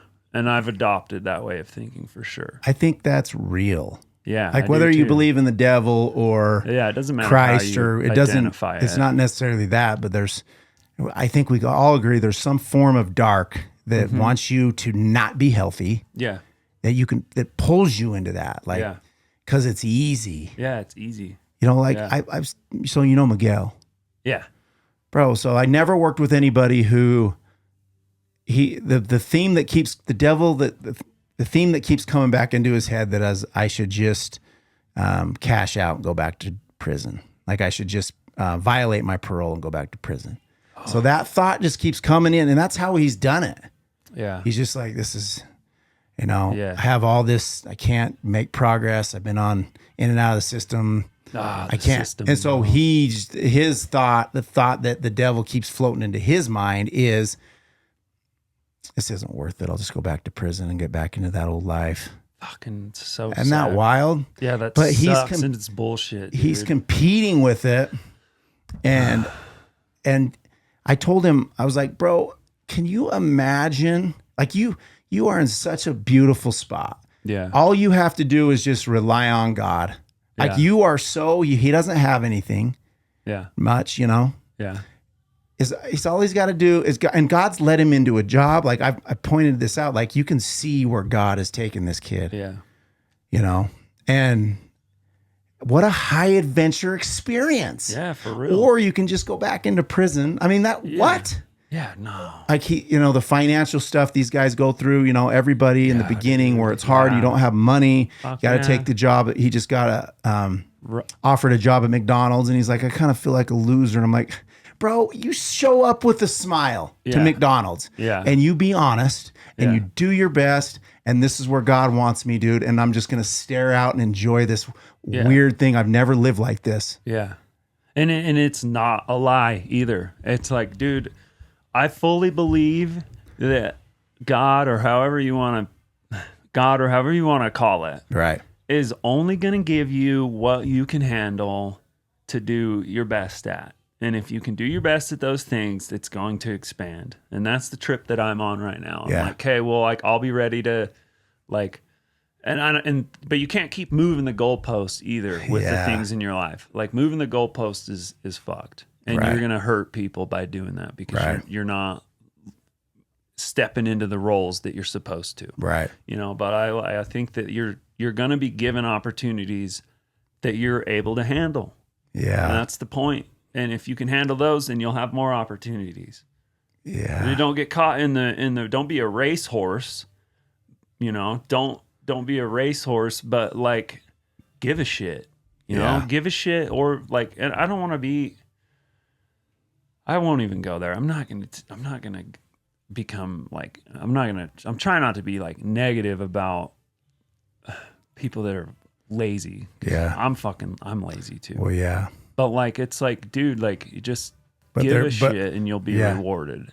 And it sucks because a lot of people go through so much harder shit than Yeah. me or you. Right. You know, like I always am like, dude, what am I complaining about? Like Yeah. my life compared to some people is just like, what, dude? Yeah. What am I It's complaining all relative to but it's interesting because, well, we live in a society. The reason I think you don't want to go there is because there is a lot of quitting and not dealing with an uncomfortable moment. I mean, I love working with these kids, and that's my message, and it always will be my message. Yeah. Is grit. Grit. You know, like having some grit. Like, Yeah. dude, you gotta have some grit in this life. Yeah. Like and I'm not talking about ego. Like I'm just talking about like facing the day, Yeah. you know, like, and realizing like, this isn't easy. I don't really want to go do this. Yeah. I don't really want to go do this, Yeah. but this is necessary. Yeah. And then when you step into that McDonald's job, you just find the high adventure in there, and you do the next right thing as a sober person. You can't, there's no more lying. Yeah. You can't be a liar. No. And we all do I guess the biggest forms of lies that maybe I tell nowadays is just exaggeration of my stories Yeah. to try to be funny or something, Yeah. you know, which I'm working on. But you can't be a liar. That's Yeah. one thing you got to be able to get up and be on time. Yeah. You can't be late, and they got to see you roll in there on time to that McDonald's job, and you're there and smiling, and you freaking, and I was telling him too, I was like, bro, and then you just tell people your story. Yeah. Like, dude, I'm sober, you know, I'm 4 months sober. Yeah. You know, and I don't want to go back to jail, dude. I'm so happy, so thankful for this job. Thank you guys for and that type of where you're just tying people into it with your gratitude and your story a little bit. Yep. Like then Miguel's that dude in freaking the McDonald's that the employees respect and love and want to help. Yeah. You know what I mean? Yeah, for sure. And I feel like that's the way out. I could see him doing some amazing things. Yeah, he's got to just rough through this hard patch and establish an understanding of his potential, you know? Yeah. Like, cause it's hard, dude. Like you got to grind yourself to a point where you know what your potential is and then hold yourself to it, you know? Well, it's what me and you were talking about on the phone the other day when you were talking just about how busy you are. And how lucky are you to be busy? Dude, it's sick. Yeah. I know, bro. I'm thankful every day, dude. I'm like, and me and my brother, because I run this business now with my brother. Yeah. And we're always just like, dude, the days that we're worried about how the hell we're going to get to multiple job sites this week, we're just like so overwhelmed. And we're both just like, yeah, but imagine if we didn't have any to get to. Like, this is the kind of stress we want. This is the kind of stress we want, you know? Bro, and you're such a good communicator. Like you come off so cool. All you would need to do is pick up the phone and hit that homeowner up or whatever and be like, bro, this is where I'm at. And I know you probably do that. Yeah, I try. I have an issue that I'm working on right now still. Like this running this business has put me in this position to really look at it. And I've always had this problem of fucking promising too much, you know? Yeah. Because people put the pressure on you. And the thing is, dude, in like the world of builders, bro, like experienced builders understand and they want clear communication, but like some people are just dickheads. Yeah. And they'll just try and get you to promise shit that you can't, and then they'll guilt trip you if you don't like promise things that you can't. And it's like, dude, well, I'm giving you honesty, and you're going to get more out of me if you just listen to what I'm telling you I can and can't do. Like, you're not going to get shit out of me if you're going to tell somebody that I'm going to be somewhere and make me feel guilty that I have to make you happy. And like that's the world's full of manipulative, shitty people too, that are just like, dude. And that's the thing about this goddamn place, dude, America or the world or whatever. It's like, it's filled with manipulative, greedy ass people, you know. And that's why more. Yeah, exactly. I need more. I need. Yeah, and I can spot them out, dude. I'm learning quick, and I'm learning quick. Like, I've had a recent experience with a builder that, like, dude, I won't go into the details, but like, it was crazy, dude. The first day I met this guy, like, I got contracts for like 6 houses to do with this dude. And it was like all talk, all good. And I was excited to do it, you know, and we got the whole crew out there, and I'm excited. And the first day I met him, dude, I was like, he started spouting off about how construction's such a cool industry because everybody wins. He's probably on Adderall. Yeah, probably. And right when he said that, I was like, whoa, bro, back up. Like, I can smell your weird manipulation from here. Like, everybody wins. Like, you ain't fooling me.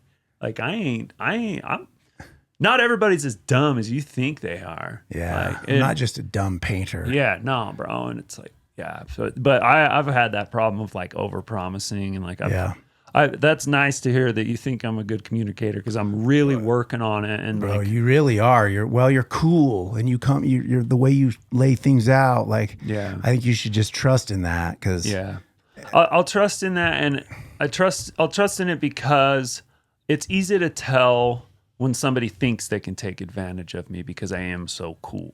And like cool tempered about shit till I'm not, you know. And it's like, there are times where I do need to be like a hard ass. Yeah. One thing you could always use, this just came in, is, look, man, you're pushing me. Like, I can only do so much, you know. And tying it into your story, like, I don't know. I'm getting sober, bro. I ain't trying to overwork myself, so I can't be a good husband to my wife, like and not stay sober. So, dude, listen to me, and I'm gonna go. How I will work hard for you, but like, I can only do what I can do, and I'm gonna do a nice job when I do it. But that's the thing too. You know. That's the one thing I've been navigating. Your story's sick too. Like, I know you're just kind of getting into this, but you'll learn how to let people know. Yeah. And then they'll, thing about it is, when you start being comfortable just telling your story, weaving it in and weaving it in, like being real, like when something might affect your sobriety, and having the courage to be like, look, bro, this could affect my sobriety. If you try to, I'm not trying to put anything in front of my sobriety. Yeah. You know, when you kind of get that guarded, you know, and you know, this goes back to me at the school of how appropriate, but I would say stuff like that. Like, you guys, you know, I'm 6 months sober. Like, I can't do this right now. Like, I can't keep doing too much. I had to create boundaries at this place. Yeah. With Frank and some of the, you know, I can't just go from one thing to the next. I already did that, and I didn't prove to stay sober. Yeah. I got too busy and too mad that everybody expected this, and too much of the actor was out. Yeah. Of trying to play all these different roles, and you know what I mean? Yep. That had a huge that was a huge part of my little relapse I had. Yeah. Yeah. Was like overwhelming myself. Yeah. And like getting to a point where in my head, I thought like being productive today for this stupid house, this stupid little house, and being productive today was like, and I ended up going and taking Kratom because I was frustrated with work. Yeah. And then like I was quickly like called out for it by my lady, and Yeah. because she just fucking Yeah, she could see in she your could eyes. see it all. Yeah, so And could like, my wife. There's no hiding it. no, there ain't no hiding it. Like we think that Yeah. oh, she won't notice. No. No, hell no. They'll notice in every which way if they're Yeah. paying attention. Yeah. And that's what, like, I love when another thing being sober has taught me that it's taught me like a lot of patience with other people Yeah. and me accepting that they are going to worry about me. Yeah. And that even 2 years into this or 3 years into this, like, it's okay Yeah. if they're like, well, are you good? And I don't get defensive about it anymore, you know, because I'm like, you know, bro, I spent a decade fucking almost dying, you know, Yeah. like these are just people that care about me, you know, and it's like, but I love when I can be like, yeah, I'm good. Like, I love that. I love coming here. I love like being able to not have to lie. You know what I mean, bro? Yeah. Like, isn't it wonderful? Yeah. Like how, and that's the thing with addiction is like how much you learn to just lie and lie to yourself and lie to other people. Like, and not even on a level of like, oh, I'm stealing money from you to buy drugs, but it's like, no, it's like you're just lying about the condition you're in constantly. Wow. It's like that made me think. So coming here, right? Like come roll in, and I like to wear my sunglasses. I always have inside when I'm coaching, and maybe the doors are open. I'll keep my. And I saw Frank and Kyle and all those guys and standing over there, and they're like, "Hey," Kyle's like, "Hey, what's going on with the sunglasses?" Yeah. And I was like, "Oh, I don't know." And he's like, "Dude, you're giving us PTSD from last summer." Oh God. And I was Yeah. like, you know, like because last summer I'm trying to hide. That was right when I got here. Trying to hide my eyes all the time, and you know, then I kind of got in my head about it. I was like, dude, how long is this gonna, like, is nobody trusts, they're still kind of questioning my sobriety, but thank you for what you said, because they just love me. Yeah, it's Dudes true. love It's me, true. man, you know, and Yeah. I can't get mad. Nah. They're just trying to help me stay sober. And the thing is if you're on the right path and you're sober, like that's what I love those moments. Yeah. And I'm like, and it's like, there's nothing you can do if somebody's going to not believe you. Like, I mean, yeah, I'm not going to have to sit here and argue with you that I'm sober and try to convince you. Yeah. But like the opportunity to just be like, you know what? I respect your concern and you're right. And like, I get more out of like being like, you're right. And like, I'm sorry that you're uncomfortable or like whatever, but like I got your back. Like it's an opportunity to reinforce that what we're talking about. Yeah. Like being like, yeah, well, how long is it going to last? Who cares? You know, because if you're on the right path, then anybody questioning you is just an opportunity for you to prove yourself to them. Yeah. You know? Yeah. Which is like, which feels good when you're doing it, you know? Yeah. Which is the type of positive reinforcement I tell myself when I'm struggling.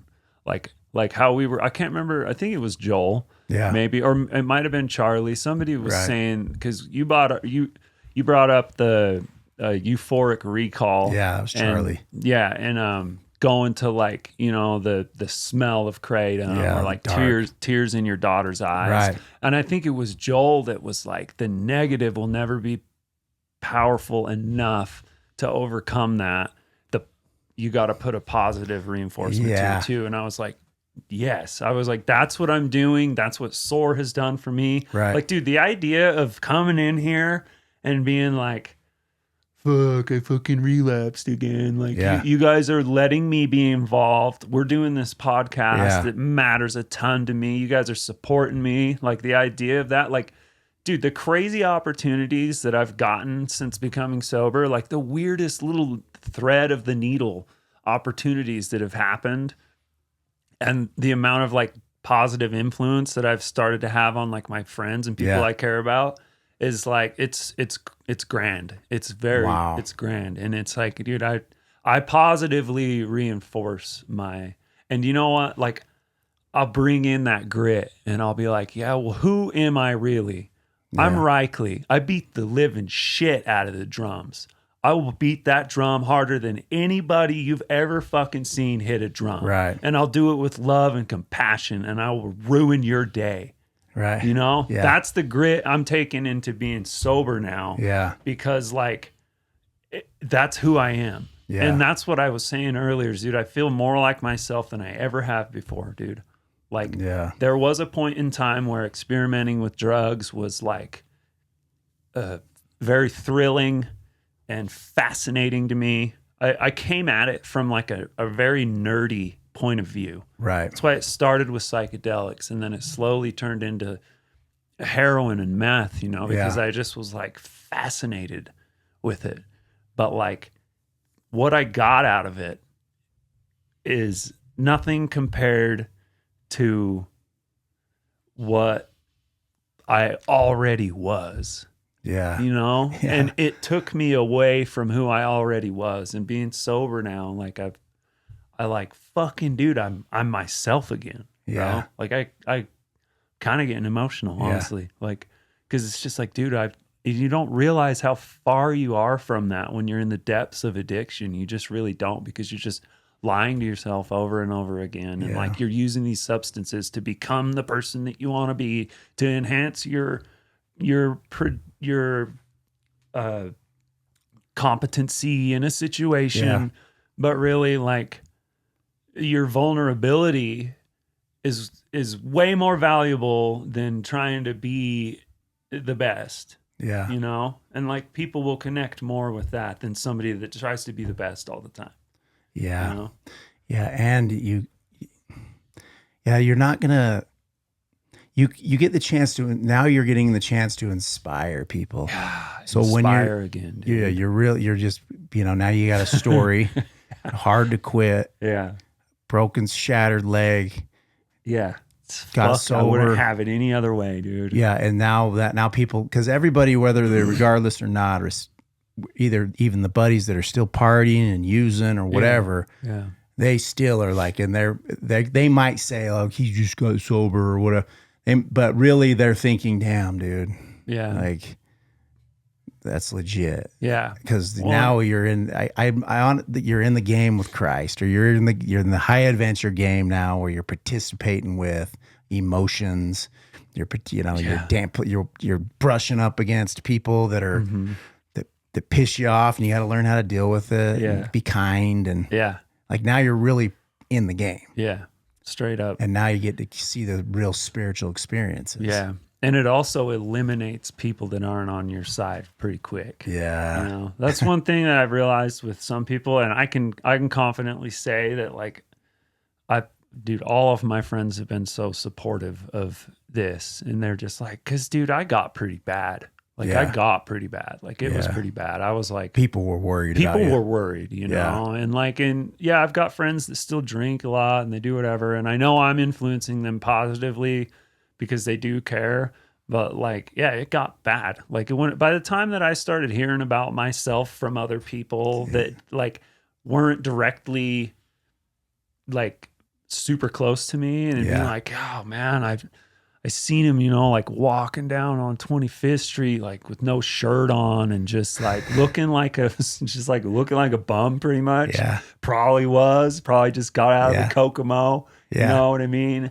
And like, when I started hearing that type of shit, and I was like, wait, man, like, cause dude, I used to be super influential. Like, I was and I'm humble. I'm like, I'm not trying to come off wrong, but like, I was really popular in school. Yeah. I was fucking cool, dude. Yeah. And like, I grew, drugs took me into this state of mind of thinking that I was special, first of all, which I'm not. Right. Not special. I'm not exempt from any of it.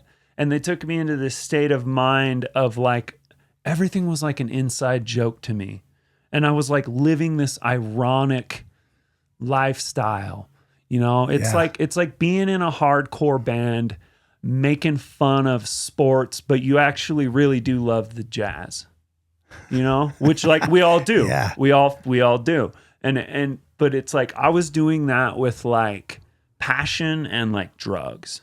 And like, I fully like had let myself get slipped into this brainwashed, like, I'm a rock star state of mind. And we went on tour, and I fucking almost died. I felt like, bro, like, we went on tour a few times, and like, we're gone for like 14 days, driving 6 hours a night, lugging in my drum kit every single night, sleeping in the van. Like we had like this crazy, we had this van with like 3 bench seats, and then we built this like piece of plywood. We cut out the piece of plywood so that the steering wheel would fit, and like it rested on the dashboard and shit. And we were all just sleeping in the van. And like this is one of the first times we went on tour, dude. And we're just like drinking and fucking doing cocaine and buying ecstasy off some random dude in the street. And like, bro, by the end of that tour, bro, like the reality hit me so hard of like, okay, wait, what? Like I care about music, but like I have to actually care about it, because by the end of it, dude, I was like, I did acid in Las Vegas on the way home to Utah to come back. We played a show in Vegas, and then we were going to play a show in Salt Lake. And I did acid that night, me and Alec, and bro, we got straight puddled, dog. Like, right. Bro, I was like, and I felt so stupid, because like, we were like, yeah, this is sick, you know, whatever. Like, and the other 2 dudes stayed in the van and slept, and we're like, we're going to eat this acid that some dude gave us in California and go walk around the strip, and like, it'll be fun.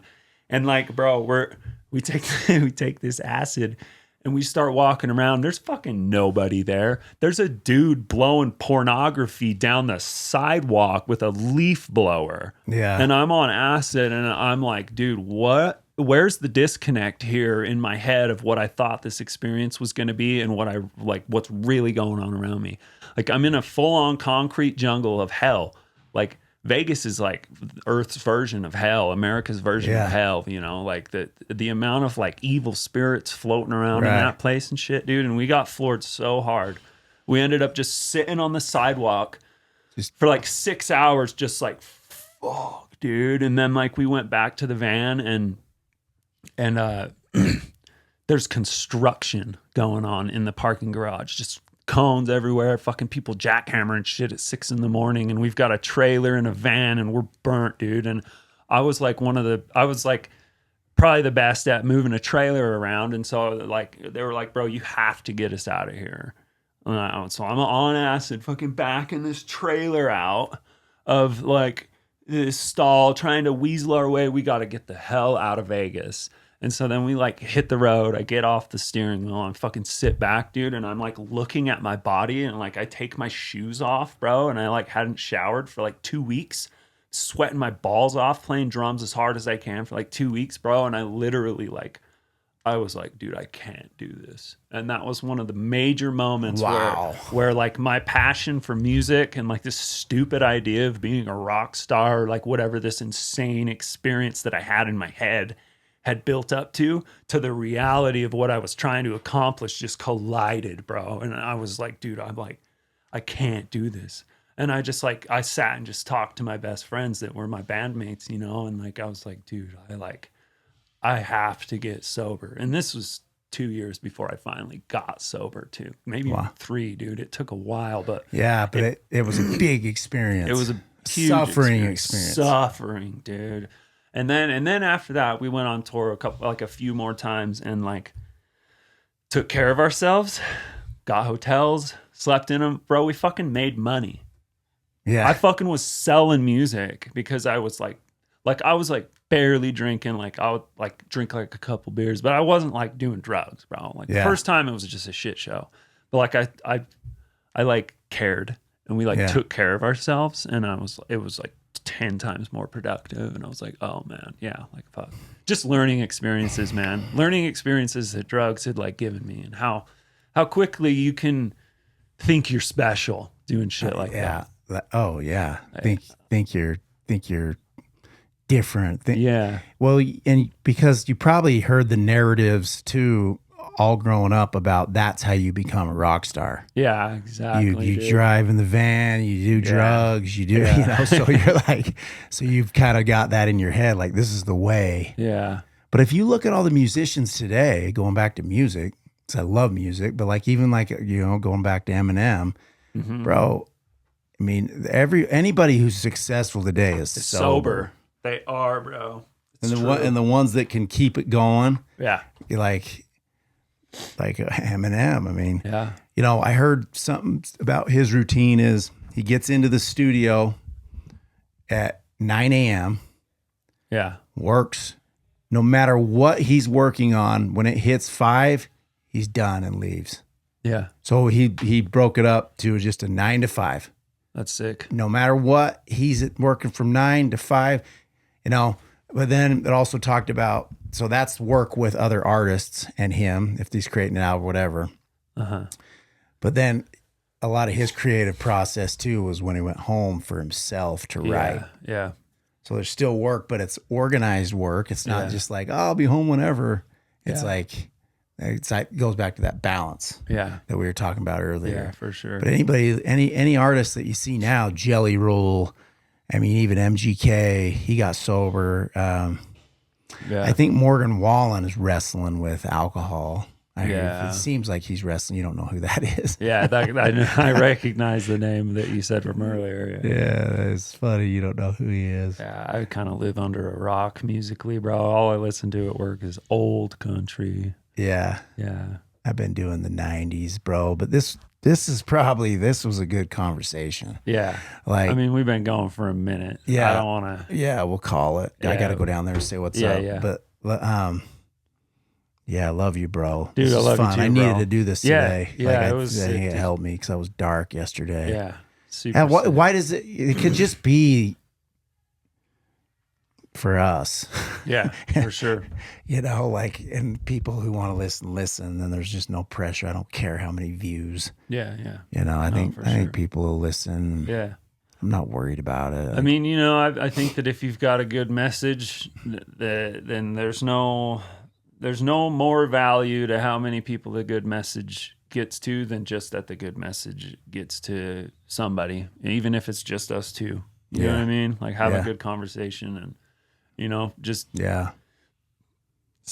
speaking out of love and telling people to, like, figure out what it is you care about and fucking care about it. Yeah. That's all there is to it, you know? Yeah. And then just like everything along the way, all negative experiences, just take them head on and learn from them and grow from them. Yeah. Don't let them stick in you and go on repeat in your head about the negative experience. Full on. Yeah, man. Love you, bro. Hell yeah. Love you too, bro. Dude. Sick.